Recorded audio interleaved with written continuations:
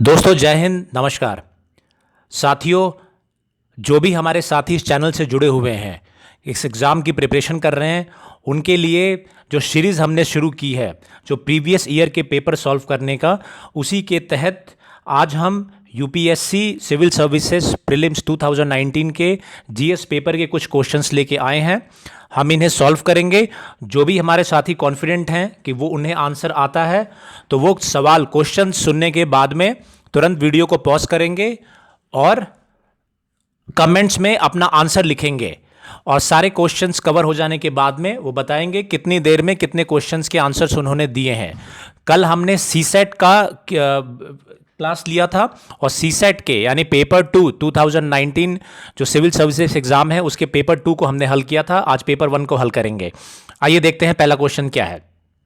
साथियों, पहला क्वेश्चन है जीएस का जो 2019 का है। ये कहता है with reference to Mughal India what is are the differences between jagirdar and zamindar. Jagirdar और जमींदार के बीच में क्या डिफरेंसेस है ये पूछ रहा है। ऑप्शन दिए हैं दो। क्या कह रहा है ये? दो पॉइंट स्टेटमेंट दिए हुए। स्टेटमेंट देखेंगे। Jagirdars were holders of the land assignment in lieu of judicial and police duties, whereas Jamindars were holders of revenue rights without obligation to perform any duty other than revenue collection. And second statement is land assignments to Jagirdars were hereditary and revenue rights of Jamindars were not hereditary. Simple question है ये। अगर आपने NCERT पढ़ी हो तो इसका जवाब आपने दे देना चाहिए। कह रहा है कि जागीरदार के बारे में कह रहा है कि ये होल्डर ऑफ लैंड असाइनमेंट थे, किसके बदले में? जुडिशियल और पुलिस ड्यूटी के बदले में। और जमींदार का क्या डेफिनेशन दे रहा है? Zamindar were holder of revenue rights without obligation to perform any duty, बिना कि वो ड्यूटी परफॉर्म किए हुए उनके पास रिवेन्यू राइट्स थे। और दूसरा कह रहा है कि जागीरदार जो है वो हेरिडेटरी थे, यानी कि पुश्तैनी था, और जो जमींदारी थी वो पुश्तैनी नहीं थी। नाउ इसमें क्या इसका आंसर होगा? इसका आंसर होगा, बता देता हूँ। जागीरदार क्या होता है? जागीर। नाउ जागीर की जो होल्डिंग है, सो जागीरदार वो होते थे जिनके पास पावर तो होती थी जो टैक्स कलेक्शन की ज़मीन से, लेकिन इसमें से एक बहुत बड़ा पार्ट जाता था जो किंग होते थे। ये मुगल इंडिया की बात है। सो जो राजा होता था उसके पास बहुत बड़ा एक हिस्सा जाता था। एक हिस्सा जागीरदार को सैलरी पे करने के लिए काम आता था। और जो जमींदार होते थे, जमींदार के पास ये राइट्स थे, किसके बदले में? उनको जिम्मेवारी थी जुडिशियल एंड पुलिस ड्यूटीज़ की भी उनके पास जिम्मेवारी थी। यानी कि ये जो ऑप्शन 1 है वो उल्टा लिखा हुआ है, इस कैंसिल कर देंगे। सेकंड क्या है कि जागीरदार पुश्तैनी था। सच्चाई ये है कि जागीरदार जब जागीरदार की मृत्यु हो जाती थी तो जागीर जो है राजा जो है वो ट्रांसफ़र कर देता था अमूमन, और जमींदारी वो थी पुश्तैनी थी। सो इसमें दोनों ही जो ऑप्शन है वो गलत है। सो हमारा ये कौन सा है? डी। तो हमारा आंसर डी हो जाएगा।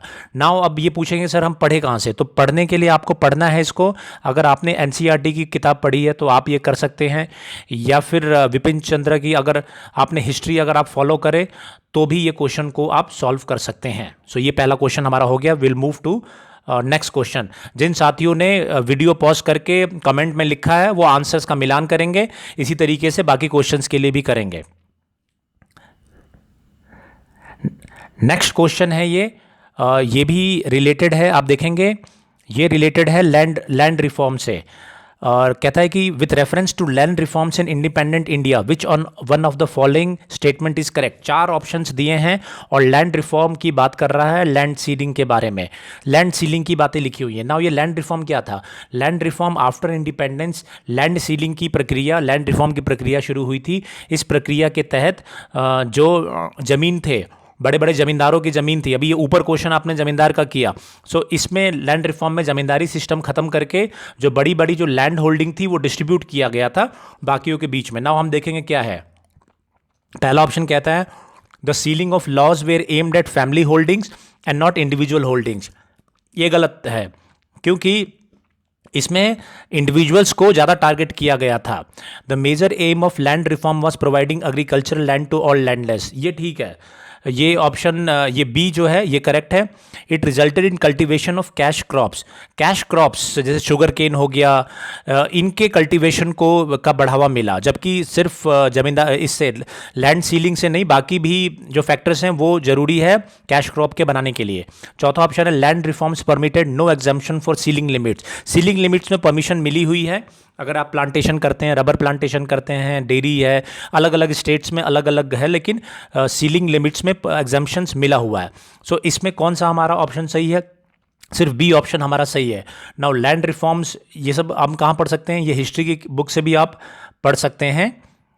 एनसीईआरटी की अगर बुक आप पढ़े तो आपको ये इसमें से काफ़ी पॉइंट्स आपको मिल जाएंगे। नाउ हम मूव करेंगे नेक्स्ट क्वेश्चन पे। देखते हैं हमारा नेक्स्ट क्वेश्चन क्या है। नेक्स्ट क्वेश्चन था हमारा ये इकोनॉमिक्स से एक तरीके से संबंधित है। ये कहता है global competitiveness report is published by किन के द्वारा? तो अगर आपने ये पढ़ा होगा सो ये होता है world economic forum. Global competitiveness report क्या है? एक एनुअल रिपोर्ट है जो वर्ल्ड इकोनॉमिक फोरम पब्लिश करता है, और इसमें कई पैरामीटर्स पे वो सभी देशों को आंका जाता है, जिसमें कि इंफ्रास्ट्रक्चर, इंफॉर्मेशन टेक्नोलॉजी का यूज़ इत्यादि इत्यादि पैरामीटर है। और जो लास्ट 2019 का जो कॉम्पिटिटिवनेस रिपोर्ट आई थी उसमें इंडिया की पोजीशन 68 थी, और उससे पहले की पोजीशन 58 थी 2018 की। सो ये एक इम्पॉर्टेंट है। अगर आप लगातार अगर आप न्यूज़पेपर करंट अफेयर्स पढ़ते रहे होंगे तो ये आंसर का क्वेश्चन का आंसर आप सबने दे देना चाहिए।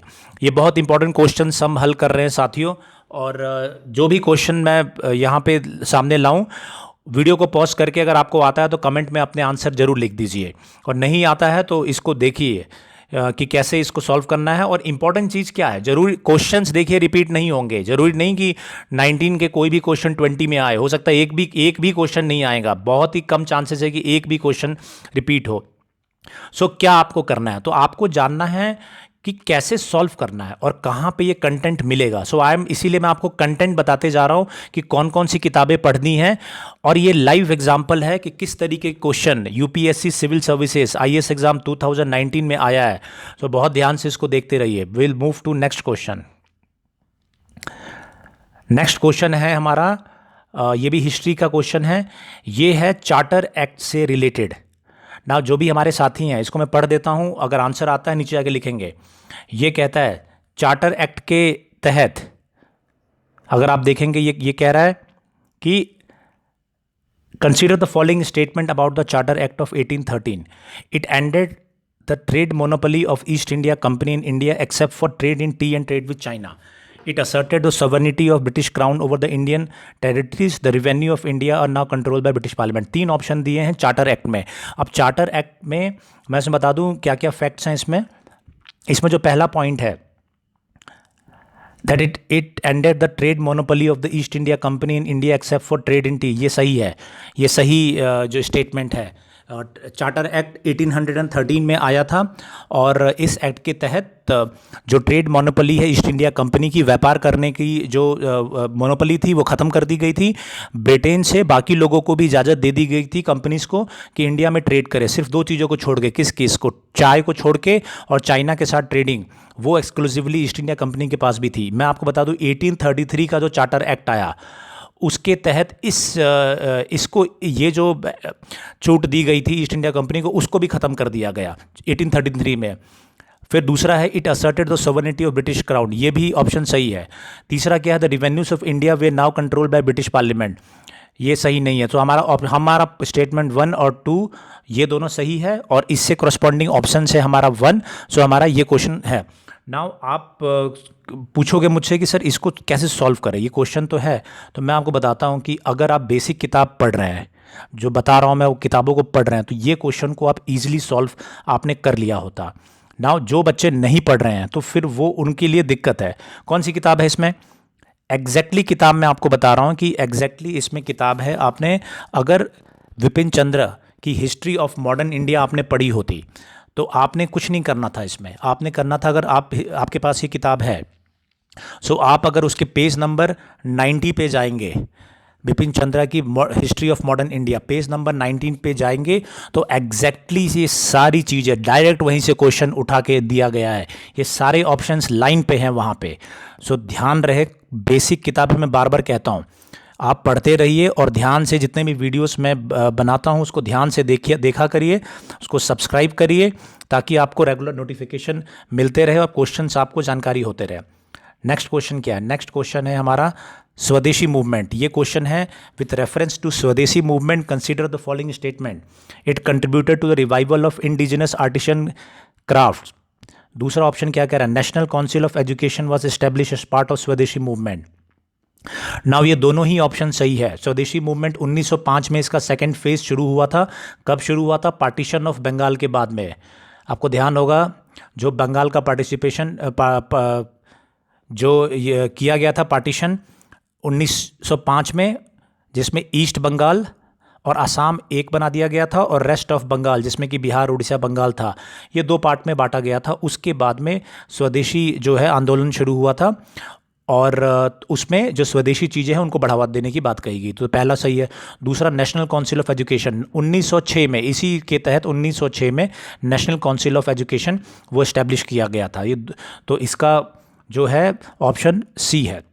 इसको हमने सॉल्व कर लिया। नाउ आप मुझे पूछोगे सर कैसे इसको सॉल्व किया?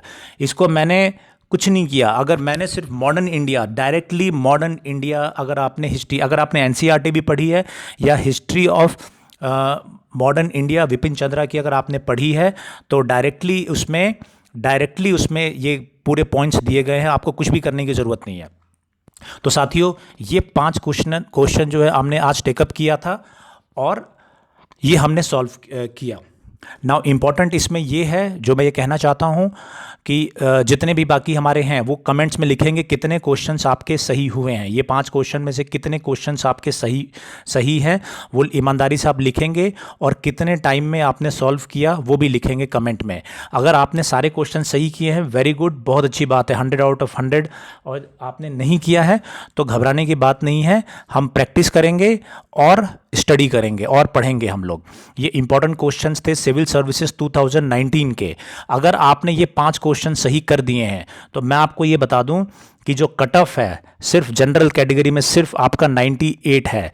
98 का मतलब है कि आप अगर 49 क्वेश्चंस अगर आप सही करके आ गए हैं, सिर्फ अगर कोई भी गलत नहीं किया है, आई मीन 50 से भी कम क्वेश्चन आपने कर दिया है तो आप प्रीलिम्स क्लियर कर सकते हैं। ये समझ लीजिए, अगर कोई भी गलत नहीं किया और सिर्फ 50, अगर आपको सिर्फ 50 क्वेश्चंस आते हैं तो आपका selection UPSC civil services IAS के एग्ज़ाम 2019 में हो गया होता। उसमें से ये 5 क्वेश्चंस थे। ये बहुत ही इजी 5 क्वेश्चंस हैं उन बच्चों के लिए जो लगातार सही किताबों से पढ़ रहे हैं और लगातार प्रैक्टिस कर रहे हैं, बेसिक को नहीं छोड़ रहे हैं। सो लगातार आपने ध्यान देते रहना है और इसी तरीके से हम आगे भी जो पेपर्स हैं उनको, जो प्रीवियस ईयर पेपर है उसको भी सॉल्व करते रहेंगे, जिससे हमें ये मालूम चलते रहे कि हम कहाँ पे स्टैंड कर रहे हैं। और दूसरा जो डेली करंट अफेयर्स बताया जा रहा है, डेली करंट अफेयर्स को आप सुनिए, खुद की भी सेल्फ स्टडी करिए, करंट अफेयर्स में जो भी इंपॉर्टेंट चीज़ है उसको सुन के अपने नोट बनाते रहिए। आप इस तरीके से मेहनत करते रहेंगे तो मुझे उम्मीद है जिस भी एग्ज़ाम की आप प्रिपरेशन कर रहे हैं, देखिए ये जो जनरल नॉलेज मैंने बताया, आप यूपीएससी का एग्ज़ाम दे, पीसीएस का एग्ज़ाम दे रहे हो, आप सीडीएस का एग्ज़ाम दे रहे हो, इनफैक्ट बाकी भी जो एग्ज़ाम्स में जहाँ पे कि आपका जनरल स्टडी आता है वो सारे एग्ज़ाम में आप जो है सक्सेसफुल हो सकते हैं, क्लियर हो सकते हैं। तो साथियों, दोस्तों, बिल्कुल ही मेहनत करते रहना है और इसी तरीके से आप करते रहे तो आई एम श्योर, मैं 100% एश्योर हूँ कि आपका सिलेक्शन किसी भी एग्ज़ाम में आप चाहिए हो जाएगा। और जो हमारे साथी इसको नॉलेज के लिए देख रहे हैं उनकी नॉलेज भी इम्प्रूव होगी। दोस्तों, आज का हम लोग सेशन यहीं ख़त्म करते हैं। थैंक यू, धन्यवाद, जय हिंद।